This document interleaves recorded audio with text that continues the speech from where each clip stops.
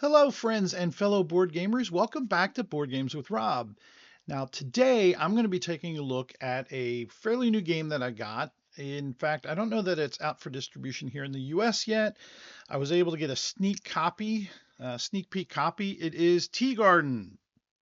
It is a fantastic game. I'm not gonna, well, yeah, spoilers, right?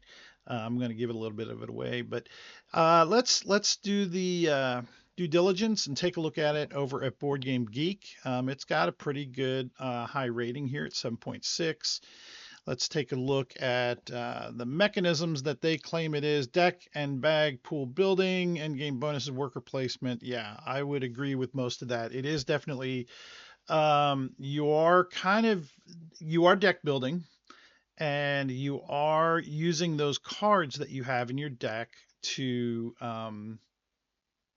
place workers. It's kind of neat how it all, and we'll take some look at some pictures here in a minute, but I was going to pull out some of the game pieces we got. And just like any typical deck building game, you have your own deck of cards that's comprised of, I think, 10 or 11 cards. I tend to sleeve all my cards. And the cards on your player board, you're going to have the possibility of doing 3 to 4 actions. Now, if you look here on the right, there's a player board. Again, I need to, oh, you can see my mouse kind of moving around where it's pointing. That's the player board with the teacups.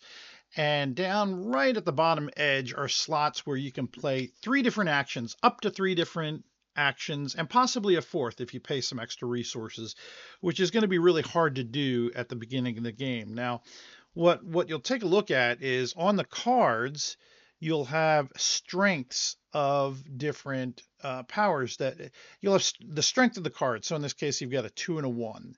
So what you're going to be doing is grouping cards together and placing them in one of the action slots to take one of the main actions at the power of the sum of the cards. So think like Arc Nova, kind of where you've got different cards that are going to be playing at different powers, but in this case you're setting the power rather than it just being in one of the slots. You determine the power of the action with the cards that you play. So what in the very beginning of the game, you're only going to get 4 of these cards. And so you're going to be taking actions at typically either 1 or 2 if you want to play all, 3 actions. I might play 1 action at a strength of 2 and 1 at another 2 and maybe a 1. And so what are the actions that you're going to be doing? Well, primarily, you're going to be buying cards and buying other different types of resources that will strengthen your actions. Now, the cards, what's really unique about this game is when you buy a card, it actually goes right into your deck. So you're preparing yourself to make your actual next turn, one of those 3 turns, maybe 4, even more even higher strength value if you're buying that card. And you're going to have a row of different cards that you can buy, and the strength of your buy a card action will allocate how deep into the row that you can buy. Then compounded onto that, you're going to have to use resources to buy those cards. You're going to have to be spending some tea leaves, and tea leaves are the primary currency in this game. You have these really cool, yeah, it's going to be hard to see, but you have leaves. They're just little cardboard leaves that are double-sided. And the normal side is a regular tea leaf. The back side is a fermented tea leaf, which is worth more. Now, if you look back at the player board, and let me see if I can get a better zoom in of a player board. Maybe this one here. Yes. So if you look at the bottom there, that player board, you're going to have 6 different cups or areas to place your tea leaves. So any of the tea leaves that are in a 2 plate or cup are worth 2, and the leaves that are in the 3rd cup, they're worth 3 strength. In buying some resources. So if you look up at the cards, certain cards will require you to spend maybe 2 power level 3 leaves, or maybe a single level 2, or a combination of any of those different tea leaves.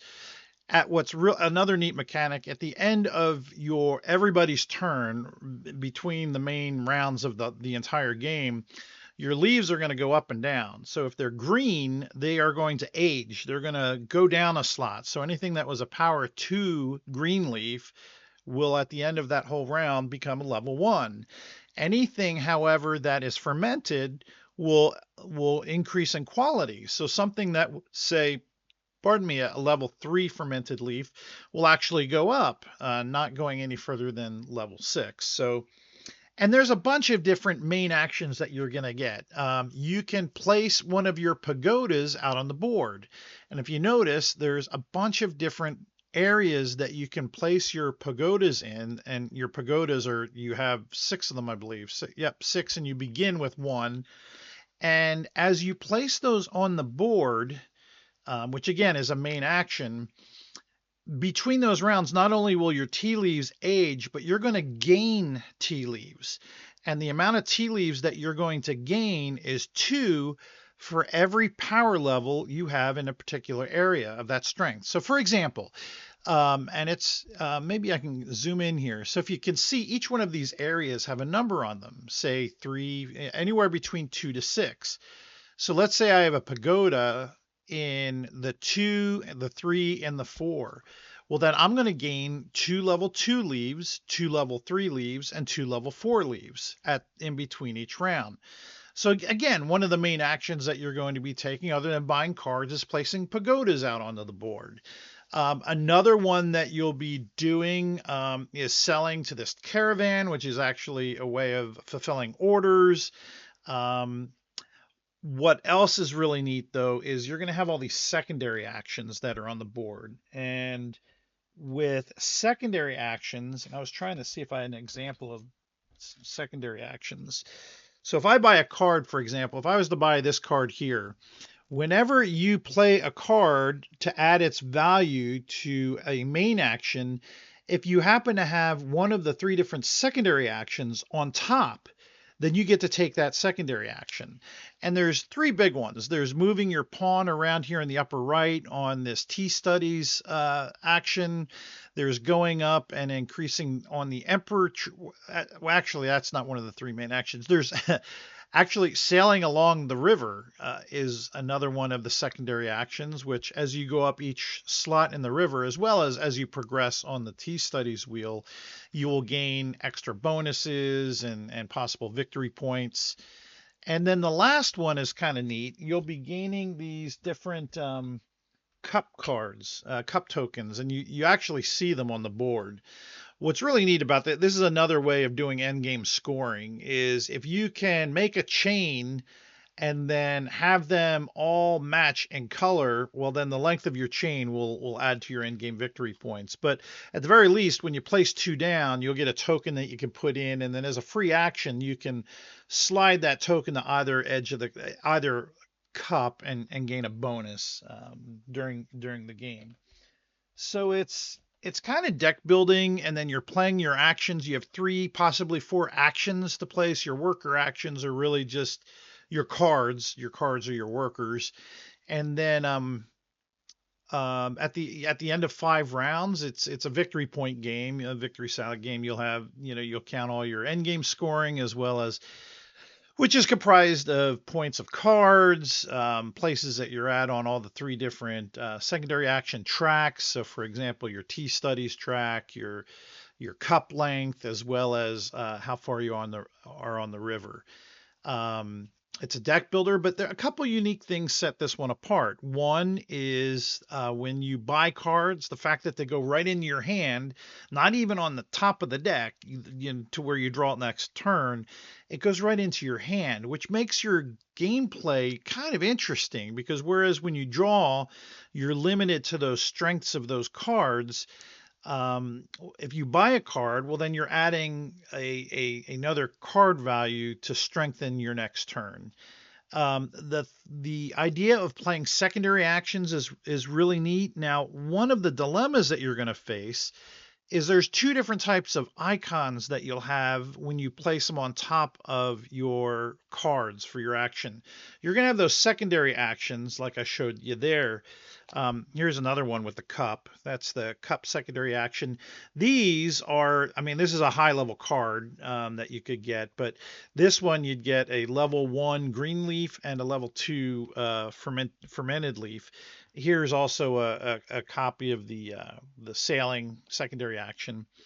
But one of the resources that I didn't mention that you're going to have to buy the cards in there are teacups. And teacups are resources on cards. So this one is no secondary action. When you play this for its power to take a main action, you're setting yourself up to have, or teapots, I should say. You're going to have these teapots laid out. So in the case of, well, there's no cards played here, but if you take a look at this first card that's laid out, to buy this card, you're going to need to spend a level 3 tea leaf from your board, but then you're going to need looks like 2 blue teapots. So you would have to have 2 blue teapots showing up on top of your cards, your card actions that you've played. So the dilemma is, do I set myself up to possibly buy a card, or do I, take advantage of all these secondary actions that you've got? So I haven't explained all the rules. This is just a high level kind of get your feet wet on Teegarden, but it's the rule book is very, very well written, I think. We were able to pick this up very quickly. It's easy to teach. It's really it really looks nice on the board. The quality of components is great. Those tea leaves are really neat to get. This is definitely one of my highlights of the year. I got this actually at the end of last year. It was available at PAX 2024, so I got my hands on an early copy and was able to get it to table and play. So anyway, that's Teegarden. I hope you enjoyed this video, and it's kind of giving you a little bit of an understanding, high level understanding of how the game plays. And yeah, thanks. I've got to find a better way to close out my videos, my friends. But anyway, thanks for tuning in, and have a great time gaming. Bye bye.